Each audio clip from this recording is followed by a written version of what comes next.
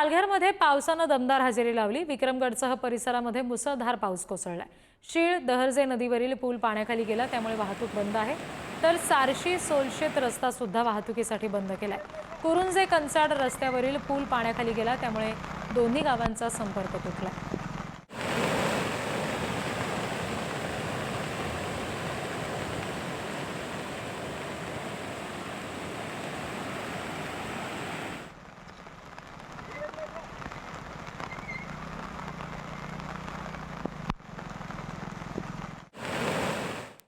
गेल्या आठवडाभरापासून पालघरमध्ये जी आहे ती पावसाची हजेरी जी आहे ती कायम होती आणि मध्यरात्रीपासून आता मुसळधार पावसाला सुरुवात झालेली आहे।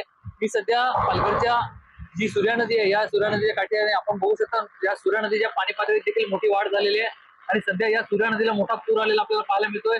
एकंदरीत बघितलं तर पालघर जिल्ह्यातील सूर्या, पिंजाळ आणि वैतरणा या तिन्ही नद्यांमध्ये पाणी पातळीत जी आहे ती मोठी वाढ झालेली आहे आणि एकंदरीत बघितलं तर ग्रामीण भागातले जे ओढे नाले जे आहेत ते देखील आता तुडुंब भरून वाहताना पाहायला मिळत आहेत। आज पालघर जिल्ह्याला जो तो ऑरेंज अलर्ट जो आहे तो जाहीर हवामान विभागाकडून जाहीर करण्यात आलेला आहे। एकंदरीत बघितलं तर पालघर जिल्ह्यातले जे अनेक सकल भाग आहेत, या सकल भागांमध्ये देखील मोठ्या प्रमाणात पाणी साचायला सुरुवात झालेली आहे आणि प्रशासनाकडून आता नदीकाठी न जाण्याचा इशारा जो आहे तो देण्यात आलेला आहे। पुढारी न्यूज साठी जितेंद्र पाटील, पालघर।